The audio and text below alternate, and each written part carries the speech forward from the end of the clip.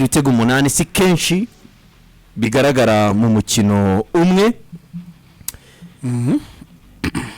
Abantu bati niyo match nziza ya sezo ku ruhande rwanyu nibyo zindi match zitandukanye zagiye ziba yari yabonetsemo ibitego 9 match ya City na Fulham aya ziracyari nyinshi oya aho kugeza ubu nyine ziracyakomeza isi ya Fulham na City na yari Borodani bitego 9 yari nziza cyane iri mu nziza kuko nkuko dukona kubigarukaho football ni ibitego kubona ibitego 8 mu mukino umwe sikunda kubaho kenshi ariko ibitego 9 nayo yari ibindi nayo yarangiye kuri drama nkuko twayibonye byanashoboka ko twari kubona kuri mugoro ibitego birenze uno musore she yabatije kabirigi atari hagararamo neza imipira ibiri yakuye mu byukuri bona ko Mbemo yataza kuba Maradona cyangwa Mbemo byari kuba no hari match nyinshi zabaye ino saison gusa n'iyingi navuga ko irimo ariko ngiye ku bwanjye navuga ko City Fulham ibitego 9 ariyo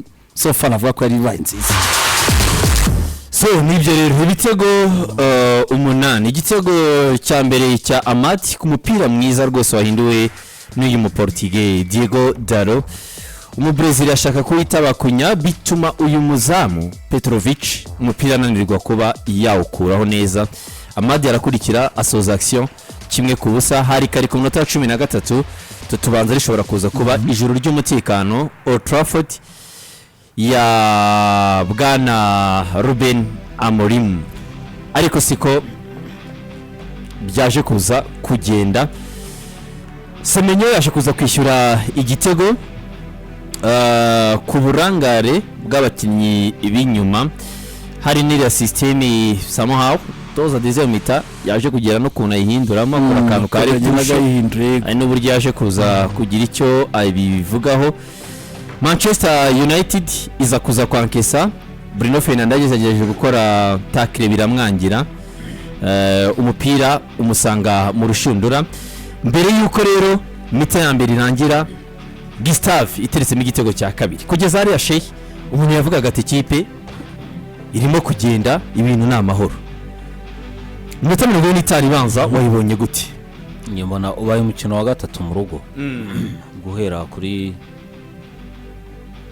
Everton indi sinyibuka imikino itatu ikurikirana United ubona ko itakaje amanota na West Ham United igataha avuga ati dutakaje amanota kandi imikino itatu United ikaba iciye amanota 2 yonyine. Tuvuga ko bisaba ikindi cyitwa experience mu guhangana kugira ngo byibuze even na quality.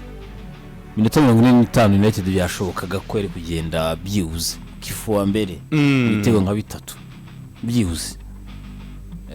So icyo gihe rero adversaire mumusha muri confiance kubera iki mvuga ngo byagonye ko ari ibitego 3 duka ugiye kureba uyu mugabo Ruben Amorim système de jeu atoza we nawe yabanje kwemera ko inagoye igora abakinnyi n'abakinnyi bigaragara ko ibagoye ariko franchement ugiye kureba hari utuntu dukeya tugaragara ko batangiye kumva ibyo ashaka bibiri at least tego ibintu bibiri ubona bimenyetso bike bigaragara ko ashobora kuba batangiye kumva ibyo ashaka gukina. Icyambere ni système de jeu amakuvertire menshi uzabona ku minwa y'abakinnyi ba Manchester United buri wese abwira mugenzi we couvrir no espace c'est très important. Uzabona ku minwa y'abakinnyi sinzi niba wibuka reka tubone igitego cya mbere cya Semenyo araho Mount yagerageje kubwira uriya mwana even ngwino donc communication yibona donc iyo abantu bakomunika ikintu bumvise barebye bitoje ça c'est très important ni signe ziri vraiment positif. Icya kabiri kiri très important buri wese iru kilometero byinshi ko football moderne ni ibirometero ugomba kwiruka sirito muri pressing. Icya gatatu urabona ko iyo bashobora kugumana umupira umiriye sirituma transition ukabibona ko ni system imuperimeta no gukora ama transition muri kwa kuza rimwe block media block hari igihe ubona ama transition ukabona hari ama permutation hari complementarité hari ibintu quelque signe ubona ko bashobora kumva ibyo bintu niyo mpamvu usanga ni domination ikorwa ukavuga ati United yagumye gutana 3 peu adversaire so urumva ko iyo premier mitangira ngo nicyo kintu umuntu yarezima United yagomye kubyibuza ibitego 3 byari kujyamo yagakwiye kuba yabonye ibitego 3 ikaba yakwica umukino. David waramutse neza David nawe rero turi kumwe muri studio bya Zarokaze nyinshi Sidik muri premier mita amashoti menshi muri rusange n'umukino. United nafite umupira kuruta aba basore b'uyu mu Espanyol ibitego 2-1 nabyo ntabwo umuntu yavuga ngo byari bibi kusubira mu karuhuko ikipe bashe kongera kujya imbere ariko inangiza igice cya kabiri Manchester United ya radio yayitakaje itinakesa n'igitego cya gatatu itinakesa n'igitego cya gatatu bari ibitego 3-2 umuntu yakwibaza gusa n'uswitching off gato mu gihe kingana kuriya kuko ibitego 2 ugiye kuruhuka usa nkaho mukino usubiye imbere nako ugiye imbere uragarutse songera urankesa uri igitego cya gatatu wowe wabonye habuze iki urabona igitego cya kino kipe ya Bournemouth kinjemo ku munota 45 already nta n'amasegonda 20 nyirango yarashize bagarutse sinavuga ngo niki cyabuze ariko navuga ko wenda ku ruhande rumwe babyita nka concentration ku ruhande rumwe kuko umuntu gutsinza igitego kigaruka mutarabasha no guhagarara buryo umuntu bushobora ati concentration ishobora kuba yabuze muri ya minota amasegonda make mu kigaruka kuko urebye uburyo uyu musore w'umunyabrazil yabatsindanye igitego harimo n'uburangare mu by'ukuri navuga ngo ino defense ya Manchester United uburyo yahagaze uri mwana Ivan agakwiye kuba yakoze convertir kuri uriya mugabo agatsinda igitego nka kiriya ushobora ati manque ya concentration byabuze cyane mu gice cya defense ya Manchester United en plein amasegonda 20 cyangwa 10 mu kigaruka umuntu agatagwikira igitego nka kuriya ngiye nagishyira ku burangare cyane bw'inyuma ya defense no muri rusange kuri no mukino defense tigeze igira amanota meza isa nagize panique iza gukora ikosa ku rundi ruhande United yabaye nkaho itunguwe wenda kwinjizwa kira gitego iminota 6 nyuma yaho Bournemouth itibona nindi kufra yaje kuza guterwa neza Bruno Fernandes ku mashusho y'abantu barebye yagaragaye asa nk'uwereka umuzamu we umubiri ati Semens uze gucunga hangaha kuri no koti umusore namubonye araza kuza gutera asa gushaka kunturuna acisha umupira ari ku ruhande uyu muhungu wari wafunze Emile yabaye nkaho yijya inyuma aho umupira bawucishije yisanze arimo kuwutoragura mu rushundura umuntu nabonye ahita yandika ati nuko ari Semens yaramaze iminsi agerageza kwitwara neza ari Onana twari kuba tumuciyemo kabiri ibitego 3-2 ntago aricyo twari twiteze mu gihe gitoya cy'igice cya kabiri cy'umukino gitangiye. Manchester United ariko ntiyubika umutwe cyangwa ntiyavuga iti birarangiye beretswe inzira nanone na captain Bruno Fernandes yagura ikipe mu mukino nawe atsinda kufura nziza cyane igitego cya 5 ndumva muri Premier League cya 5 muri Premier League igitego kiza cyane umusore umeze neza ni nawe mukinyi wa hagati uri mu gutsinda ibitego byinshi kuruta abandi ku mugabane w'Iburayi. Ugarutse kuri ya kufura ngiye mbona yashyizeho umwiri ariko ayijya inyuma bari ikosa rya ntabwo yiprashije neza ibyo navugaga ni umufana yise avuga ati nuko atari Onana ati twari kuba tumuciyemo kabiri yiprashije nabi kandi kapiteni we yanamweretse ati attention ureba ahangaha namaze kubibona uyu muntu ni umugosha uri butere araza gushaka byanze bikunze yahabonaga iyi party. Igitego kiza rero cya Bruno Fernandes cyo nanavuga ni uyu Petrovic wari wakoze amakosa y'igitego cya kabiri cya Casemiro ariko igitego cya Bruno Fernandes nta muzamare wese kirabura kirya rwose ntacyo bamurenganyaho credit ku mutireri umupira ateye neza cyane.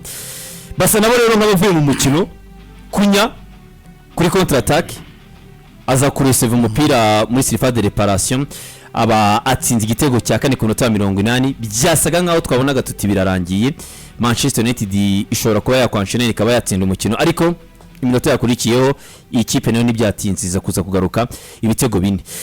David niya magambo y'uyu mugabo Carragher afite byinshi ari controversial, ariko ku rundi ruhande ntabwo ibyo avuga byose biba atari ukuri. Ati byibuze ku mugoroba twongeye kongera kubona Manchester United, we yavuze mu magambo ye ngo byibuze n'abanya Manchester United isa na Manchester United umuntu yagakwiye kuba yiteze muri sezo. Ikibazo amakosa y'inyuma araza kuza gukora hino kipe niba nta gikosotse cyangwa niba abakinnyi bafite ibibazo by'imvune batagarutse vuba. Biragaragazwa na statistique, United ni ikipe ya kabiri imaze gutsinda ibitego byinshi muri Premier League nyuma ya Man City iranganya na Arsenal, ariko ibitego yinjizwa nayo ni byinshi 26 kugeza ubu 26 mu mikino 16 byinshi. igihe hari nyirango ukoze sum up nuko ku mukino w'ejo wari open pe wabibonaga, niyo mpamvu ubona yaravantira abantu biboneye ku bareba umupira.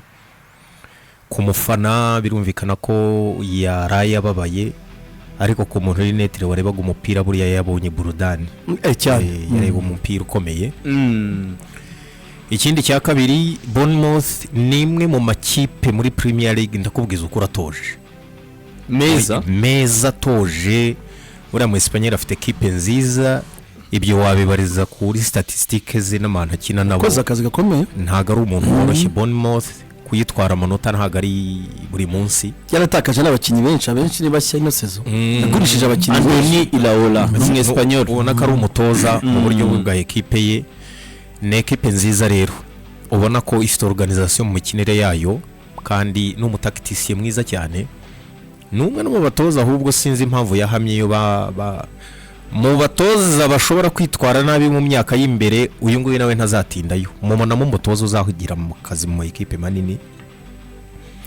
Ariko mu by'ukuri ku mugoroba w'ejo niba wabibonye ko abakinnyi bakuru barimo ba Bruno Fernandes n'abandi, wabonye ko babaye disappointed bitewe na immaturité ya defense yari bari inyuma. Kuko turavuga umuhungu wa 19 n'undi wa 19 nyirango urumva begeranye hariya. Uhita ubibona yuko Sidik United kugeza ubu going forward, kubura Maguire cyangwa ukabura Delete ntago byemewe. Umwe muri bo byibuza aboneke, umwe muri bo naboneke. Buriya n'aba batoya n'icyo gitutu cyagabanuka. Buriya ubutoya aho buva bukagira Sidik mu mupira w'amaguru, urumva birakatsindwa ifite umuzamu utagira maturité, birakatsindwa ifite aba defenseur batoya. Buriya batoya bajya imbere bagakorera ya makosa, ariko amakosa ntakorerwa inyuma, cyangwa ukaba ufite umuzamu experience imbere y'aba abatoya nabo. So wabonaga neza yuko nyine ni kuko kankwereka nka immaturité ya mbere uhita ubibona disi, ariko n'ubundi ni parti y'umukino no kuba umuntu yiga kandi bigira hariya. Wabonye ko Luke Shaw ahantu bamutaye contre attaque ya Semenyo bamuhaye ya mupira ajya gutsinda kiriya gitego, sibyo? Urebye nuvuga ngo Yoro aje gukuvura Heaven nta kindi ukora, hitugenda wowe usanga uri gukuvura umwanya Shaw avuyemo, kuko nawe inyuma barimo kuza badalo nabandi bakuvura nawe aho uvuye. Nibyo wabonaga Mount amuburanye ati wagomba kuba wegereye ukamubuza space. Ariko uriya mukinnyi mwiza cyane nk'uriya muri Premier League, umwe mu beza banashakishwa, ndavuga uriya munyegana yubura amaso akareba izamu kagira ngo ntago gukubita igitego cyiza nka kiriya. Rafuka bayireba tubibona ko wowe genda uko ugabanye space y'umuntu ni kaburi izamu yamuhamagaye wabibonye Mount yamuhamagaye ngwino mwegere. So iriya rero ni maturité nyine yabari abajene, ubona ko n'ubundi United yasufiye cyane mu rwego rwo gukontorora umukino yayoboraga, urumva. Ariko ikintu gitoya imaze kwerekana wenda gitandukanye nuko kugeza ubu kuba wayitsinze ibitego, urumva isigaye ifite ko kayispiri ko kumva ko umukino utarangiye. Ariko buriya kurangiza umukino mugakontorora undi nabyo ni ibintu bisabwa mu mupira no kugira iyo balance. Ku munsi w'ejo amanota make cyane kuri defense yabo, amanota make cyane kuri defense yabo biza no kujyana n'ikindi. Uyu mugabo mu minsi ishize baramubajije bati ntago wandi no system yawe y'imikinire y'imidefendere yawe ukaba washyiraho abadefenseri bane inyuma kugira ngo habe equilibre mu mikinire ya equipe. avuga ko niyo yaba ari papa uje kubimubwira atahindura imyumvire ye. Ariko iki cyumweru byo nabigarutseho nimugoroba, ngiye ntabwo nshaka kujya mu byo mushaka kumva yuko ari byo ndi buze kuvuga. Itangazamakuru ibyo birabareba, ndabizi ko mubizi ko nitoje icyumweru cyose na back 4, ibyo ndabizi ko mubizi. Ibyo nakinye ni ibi ngibi ko mwabonye ni ibi. Yentroduce akazadi minota ya nyuma, United yakusubiye kuri back 4 minota 20. Manchester United ni attack nziza mu Bwongereza kuko ni ya kabiri, ariko ni defense mbi iri mu mbi mu Bwongereza kuko mu makipe 10 ya mbere ni imaze gutsindwa ibitego byinshi 26. Muri rusange iri ku mwanya wa 13 w'amakipe amaze gutsindwa ibitego byinshi muri Premier League. Iyi ni defendere kuko ugiye no kureba nk'igitego cya Semenyo, urashaka mu bwongo wa Diego Dalo, Luke naza wenda uwo mwana nta kubaye kutaba macuwa kutaza kudefanda muri ubwo buryo, ariko en general defense system yari nziza nago yihindura, ariko ibitego 26 ni byinshi, bivuga ngo imidefendere yawe si mizima. Ntago cyaba ari cyo gihe cyuko nawe yava kwizima gahindura. Ndiyo ndaza no kureba no gihe cyo na mu questioning ni management nawe ya game ku giti cye ashaka kufa imisimburize mbona itari efficace, sinzi mbona idatanga bindi bisubizo birenze. Ubona ko first half abakinyi babanje iyo ni ingingo nanone ingingo yindi ni defense yego byagezeho akuramo umudroitier ashiramo umugoshi, Kiven ni umugoshi ushizemo Kazadi w'umugoshi, hari nawe ubona babyiganiye ku gitego cya 4 kuri block bombi babiri. Mbona nawe shwaye peut-être kuri ngewe umwe nga even nabonaga katari mu mukino, uramupetera agatari mu mukino kuri ngewe peut-être kuri shwa amona vi kuri gestion ya Even yari kuvamo akajyamo Kazadi yorakaguma au moins yego aho byasamo equilibre mu droitier à droite mu gauche à gauche afazari nawo ibyo kuvuga ngo yava kwizima